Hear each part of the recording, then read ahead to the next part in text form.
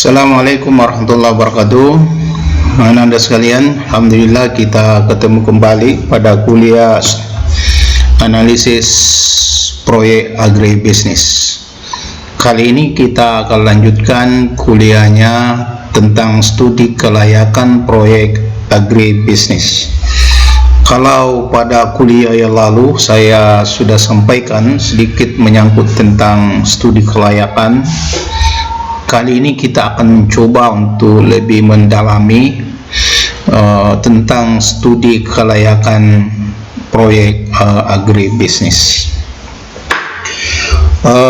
Ada beberapa hal yang perlu diketahui pada studi kelayakan yang menurut Sutojo tahun 2002 beliau mengatakan bahwa yang perlu diketahui dalam analisis dalam studi kelayakan, yang pertama adalah ruang lingkup dari proyek agribisnis itu.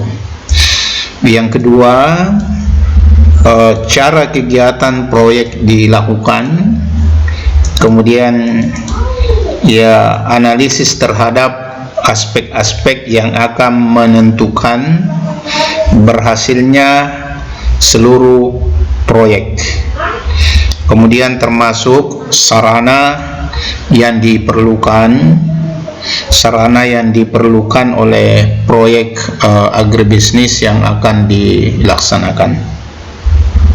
Kemudian termasuk hasil kegiatan proyek serta biaya-biaya yang harus ditanggung untuk memperoleh hasil dari proyek agribisnis tersebut. Lalu yang keenam yaitu langkah-langkah untuk mendirikan proyek atau memperluas proyek beserta jadwal masing-masing dari proyek. Nah, keenam faktor studi kelayakan proyek inilah yang semuanya saling terkait antara satu dengan yang lain dan menentukan layak tidaknya suatu proyek dijalankan, sehingga keenam faktor ini harus dikaji secara bersama-sama dan mendalam serta tuntas. Adapun tujuan dari studi kelayakan proyek ini, menurut Kasmir dan Jakfar tahun 2007 ada 5 Jadi ada 5 tujuan mengapa sebelum suatu usaha atau proyek dijalankan perlu dilakukan studi kelayakan. Yang pertama tentu untuk menghindari risiko kerugian.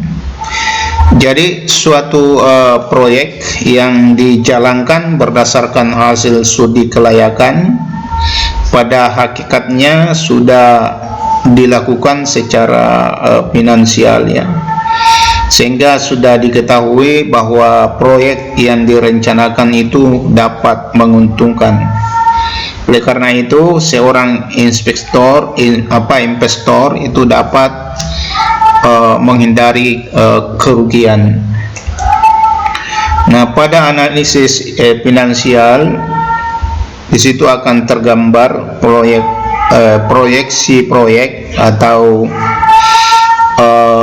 usaha ke depan, tentu dengan menggunakan analisis net BC ratio, begitu pula menggunakan net present value atau NPV, kemudian bisa juga menggunakan IRR dan payback period, sehingga investor yakin bahwa apa yang akan diinvestasikan itu dapat menguntungkan, Jadi disinilah pentingnya studi kelayakan suatu proyek atau usaha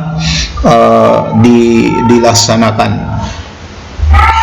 Kemudian tentu kegunaan dari studi kelayakan proyek ini adalah untuk memudahkan perencanaan Jadi perencanaan tentu meliputi misalnya penggunaan dana, waktu pelaksanaan, lokasi kegunaan, dan keuntungan yang akan diperoleh. Nah, semua perencanaan sudah ada tercantum dalam studi kelayakan, sehingga dalam perencanaan proyek itu dapat dilaksanakan dengan mudah.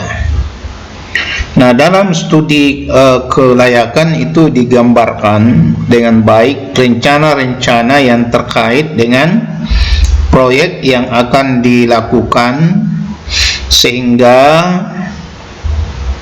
memudahkan pelaksanaan proyek dalam melakukan pentahapan proyek dengan baik.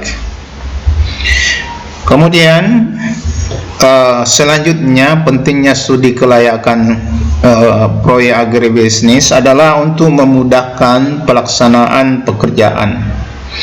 Jadi suatu pekerjaan itu akan mudah dilakukan jika pekerjaan sudah direncanakan. Tentu dibandingkan jika hanya menggunakan prinsip tiba waktu, tiba akal, ya. Nah, prinsip ini tentu dapat membuat suatu proyek amburadul, ya, sehingga pelaksanaannya dapat terhambat. Jadi suatu pekerjaan yang sudah terencana dengan baik itu akan memudahkan pelaksana proyek untuk melaksanakan setiap pekerjaan yang sudah direncanakan. Nah, studi kelayakan suatu proyek itu akan mengarahkan pengelola proyek di dalam melakukan tindakan atau pekerjaan, sehingga akan memudahkan dalam melakukan pekerjaan tersebut. Kemudian pentingnya studi kelayakan itu untuk memudahkan pengawasan. Jadi target pencapaian suatu proyek, termasuk variabel yang menjadi rambu-rambu dalam pelaksanaan proyek, itu sudah tersusun dalam studi kelayakan, sehingga dalam pengawasan sangat mudah oleh karena pengawas cukup mensinkronkan apa yang sudah tertulis dalam studi kelayakan dengan apa yang dilaksanakan di lapangan oleh pelaksana proyek. Nah, tentu kondisi ini akan membuat pengawas proyek mudah dalam melaksanakan pengawasan terhadap proyek yang sedang berjalan atau proyek yang sudah selesai dijalankan. Nah, pengawasan dilakukan agar pelaksanaan proyek tidak melenceng dari rencana yang telah disusun, ya, sebelumnya. Kemudian tentu studi kelayakan untuk memudahkan pengendalian.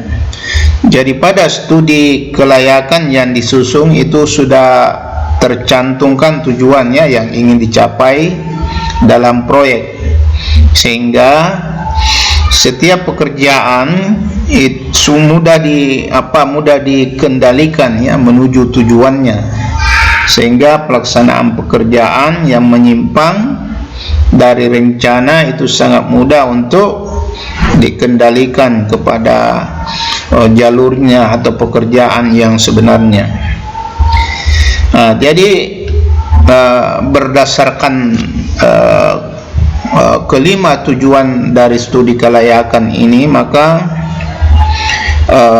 kita bisa menyimpulkan bahwa pada intinya apabila suatu proyek atau usaha diawali dengan studi kelayakan, maka akan dijalankan dalam kondisi baik, ya, proyek itu, dan terarah sehingga terhindar dari kesia-siaan baik berupa materi, tenaga, waktu, ya, maupun pikiran, serta tidak akan menimbulkan masalah yang tidak perlu di masa yang akan datang. Selanjutnya kita akan melihat bagaimana desain studi kelayakan. Saya kira itu saja. Nanti insyaallah kita akan lanjutkan pada kuliah berikut, yaitu menyangkut tentang studi desain studi kelayakan dan aspek-aspek analisis proyek.